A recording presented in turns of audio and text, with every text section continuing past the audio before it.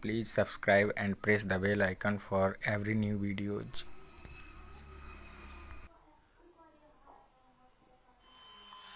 प्यारे बच्चों, आज हम 10वीं कक्षा के गणित का फर्स्ट चैप्टर पढ़ेंगे जिसका नाम है वास्तविक संख्याएं अर्थात रियल नंबर्स। इस चैप्टर में आइए सबसे पहले हम कुछ एक परिभाषाएं रिवाइज कर लेते हैं जो हम पिछली कक्षाओं में पढ़ चुके हैं। सबसे पहले आता है प्राकृत संख्याएं, जिनको नेचुरल नंबर्स भी बोलते हैं, n से डिनोट की जाती है। प्राकृत संख्याएं कौन सी होती हैं? जो गिनती वाली संख्याएं हैं 1, 2, 3, 4, 5 आदि, ये प्राकृत संख्याएं कहलाती हैं। प्राकृत संख्याओं के बाद दूसरे नंबर पर है पूर्ण संख्याएं यानी होल नंबर। पूर्ण संख्याएं, यदि हम प्राकृत संख्याओं के समूह में 0 और मिला दें तो ये समूह जो है पूर्ण संख्याओं का समूह कहलाता है। उसके बाद तीसरे नंबर पर आता है पूर्णांक, इंटीजर्स, जेड के द्वारा नोट किया जाता है। यदि पूर्ण संख्याओं के समूह में प्राकृत संख्याओं के ऋणात्मक अंक और मिला दिए जाएं तो ये जो समूह है ये पूर्णांकों का समूह कहलाता है। अब पूर्णांकों में देखिए, जो पूर्णांक 0 से बड़े होते हैं उन पूर्णांकों को हम धनात्मक पूर्णांक कहते हैं यानी पॉजिटिव इंटीजर्स, और जो पूर्णांक 0 से छोटे होते हैं उनको हम ऋणात्मक पूर्णांक कहते हैं यानी नेगेटिव इंटीजर्स। 0 न तो धनात्मक है और न ही ऋणात्मक। अब पूर्णांकों के बाद आता है परिमेय संख्याएं यानी रेशनल नंबर्स। जो संख्याएं p/q के रूप में लिखी जा सके और जहां q is not equal to 0 हो, वे संख्याएं परिमेय संख्याएं कहलाती हैं। उदाहरण के लिए जैसे 3/4 है, 7/5 है, ये संख्याएं परिमेय संख्याएं हैं क्योंकि इसको देखिए हमने p/q या p 3 है और q 4 है। 7/5 भी एक परिमेय संख्या है,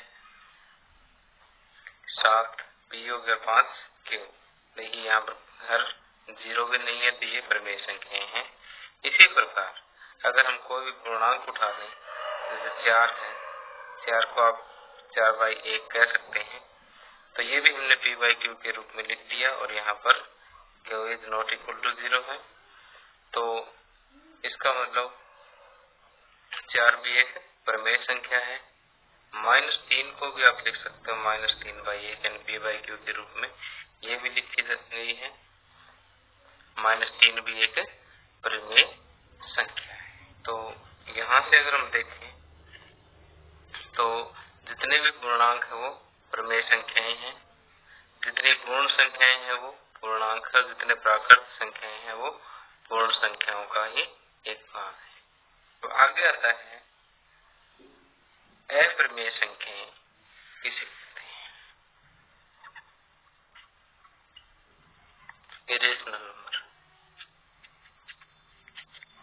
वो संख्याएं जो p/q के रूप में ना लिखी जा सके, ऐसी संख्याएं अपरिमेय संख्याएं कहलाती हैं। जैसे वर्गमूल 2, वर्गमूल 3, पाई एक्स्ट्रा, ये सारी अपरिमेय संख्याएं हैं। अब देखिए, अगर हम y 22/7 की बात करें तो ये एक परिमेय संख्या है, जबकि पाई एक अपरिमेय संख्या है, क्योंकि पाई का मान एग्जैक्टली 22/7 के बराबर नहीं होता, जबकि इसका लगभग मान है। पाई को एग्जैक्टली p/q के रूप में लिख नहीं सकते, इसलिए पाई एक अपरिमेय। अब आता है कि वास्तविक संख्याएं क्या होती है, जो वास्तव में हमारे चैप्टर का नाम है रियल नंबर्स।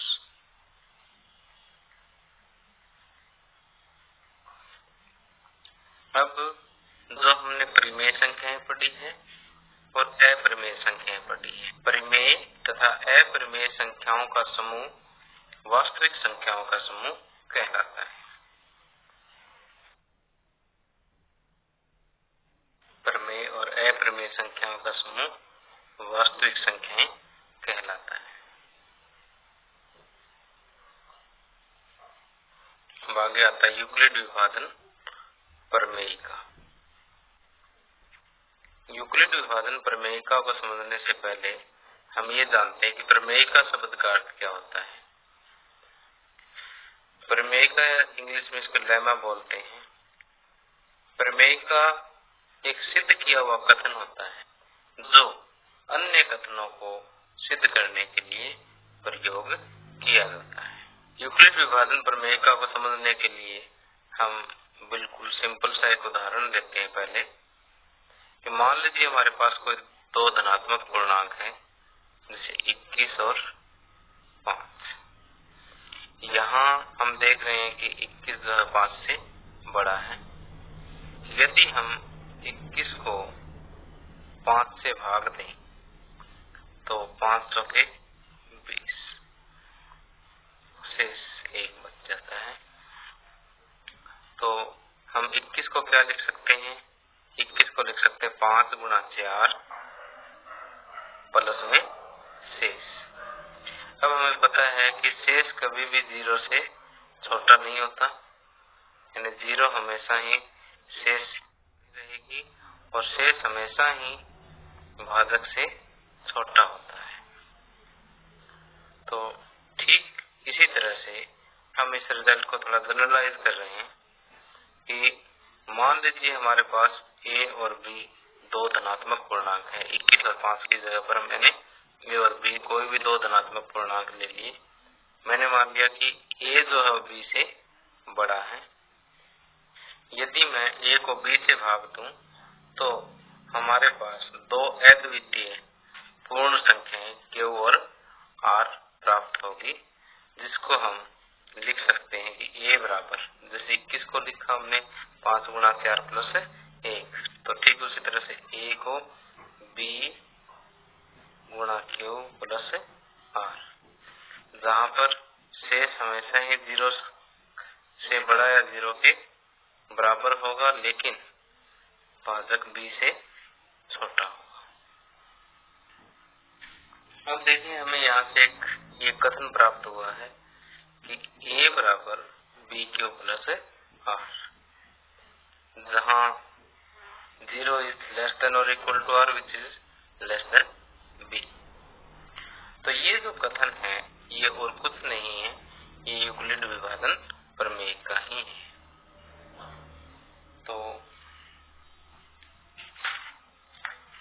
हम यूक्लिड विभाजन प्रमेयिका को इस प्रकार परिभाषित कर सकते हैं कि दो धनात्मक पूर्णांक a और b दिए रहने पर, दो धनात्मक पूर्णांक a और b दिए रहने पर ऐसी अद्वितीय पूर्ण संख्याएं q और r विद्यमान है कि a बराबर bq plus r such that 0 is less than or equal to r which is less than b। अब हम आगे बढ़ते हैं यूक्लिड विभाजन एल्गोरिथम। यूक्लिड विभाजन एल्गोरिथम, तो देखिए सबसे पहले हम यूक्लिड विभाजन एल्गोरिथम से पहले हम एल्गोरिथम शब्द का अर्थ समझते हैं कि एल्गोरिथम जो है किसी भी समस्या को हल करने के लिए अपनाई गई विधि के स्टेप्स जो है, विभिन्न जो चरण है, उनकी श्रृंखला को हम एल्गोरिथम कहते हैं।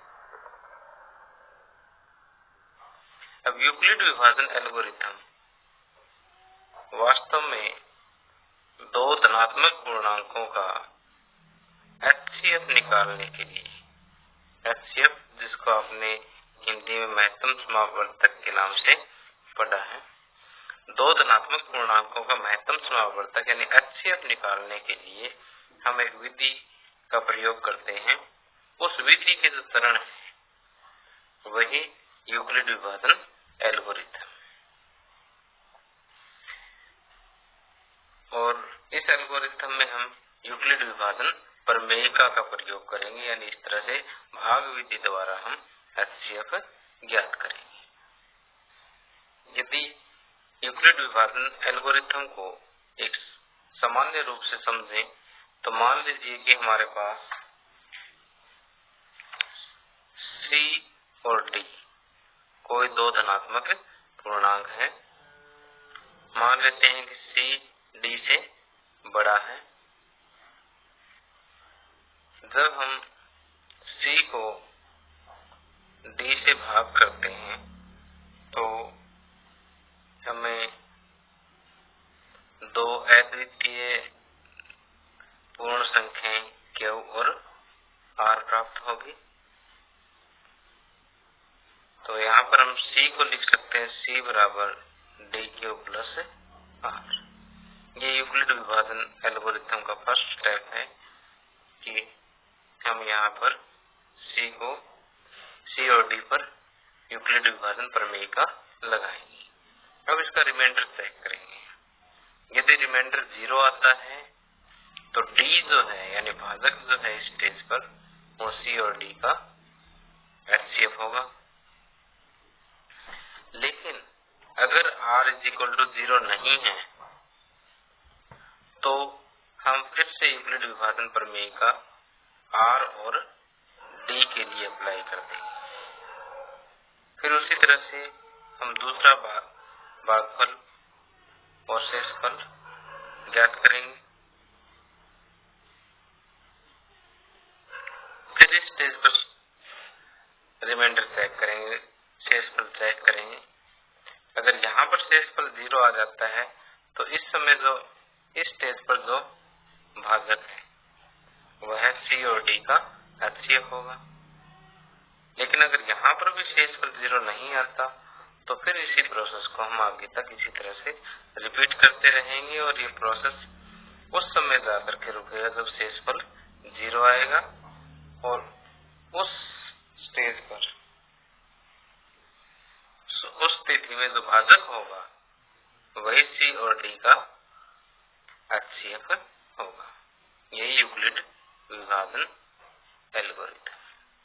वैसे तो यूक्लिड विभाजन एल्गोरिथम का प्रयोग भाजक 0 को छोड़ करके हम सभी पूर्णांकों के लिए लगा सकते हैं, लेकिन फिलहाल हम सिर्फ धनात्मक पूर्णांकों की बात करेंगे क्योंकि ऋणात्मक पूर्णांकों के लिए यूक्लिड विभाजन एल्गोरिथम का प्रयोग हमारे सिलेबस से भी बाहर है, 10वीं कक्षा के स्कोप से भी बाहर है।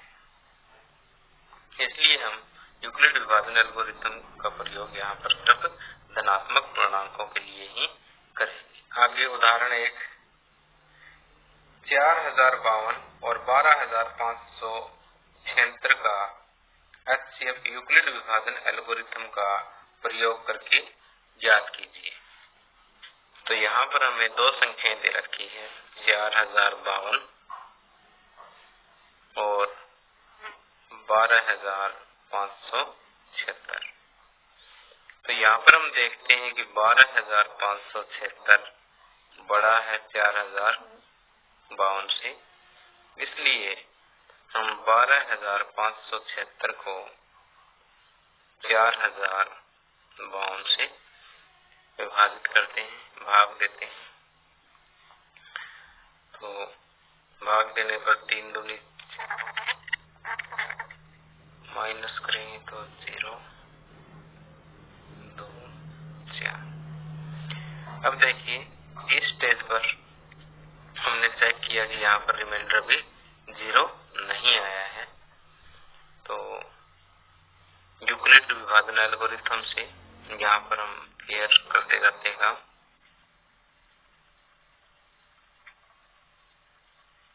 एल्गोरिथम के पहले स्टेप में हम यहाँ रिमाइंडर ऑब्टेन करते हैं। तो 12,576 बराबर 4,052 गुणा 3 प्लस 420। यहाँ पर r बराबर 0 नहीं है। 0 नहीं है तो अब यूक्लिड विभाजन प्रमेय का 4,052 और 420 के लिए लगेगी। 4 दाई 40 यानी 9 पे जाएगा ये 900। और फिर माइनस करेंगे तो 2। अब देखिए इस स्टेज में भी रिमाइंडर 0 नहीं है। तो हम लिखेंगे 4,052 बराबर 420 गुणा में 9 plus 272। Remainder is again not equal to 0। Euclid विभाजन प्रमेय का फिर से रिपीट होगी 420 और 272 के लिए।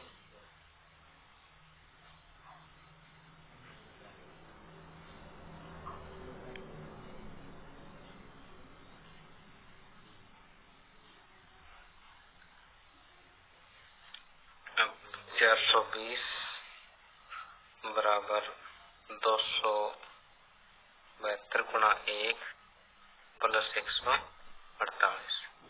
रिमाइंडर फिर 0 के बराबर नहीं है तो एक बार फिर से रिपीट कर दीजिए इसको।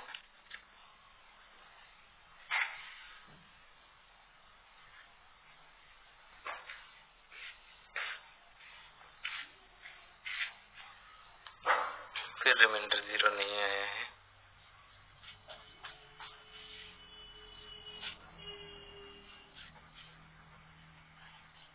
इस प्रोसेस को तब तक कंटिन्यू रखना है जब तक शेषफल 0 ना आ जाए।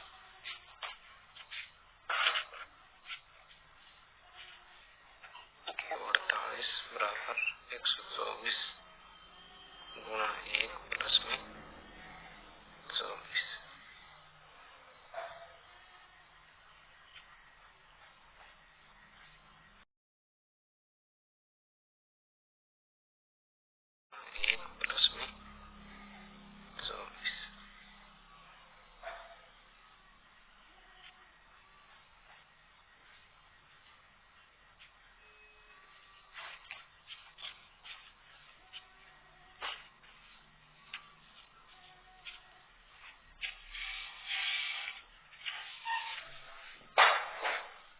अब फिर रिपीट करेंगे 4 और 24 के लिए। स्टेज पे देखिए 4 से 24 शेषफल 0 आ जाता है।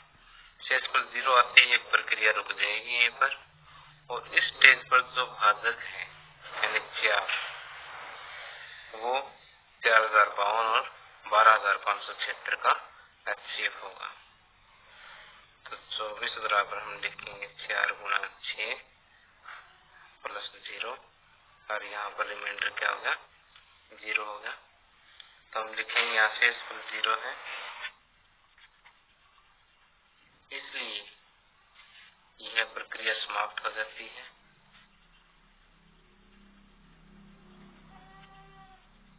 चूंकि इस स्थिति में भाजक 4 है इसलिए 4,052 12,576 का HCF होगा।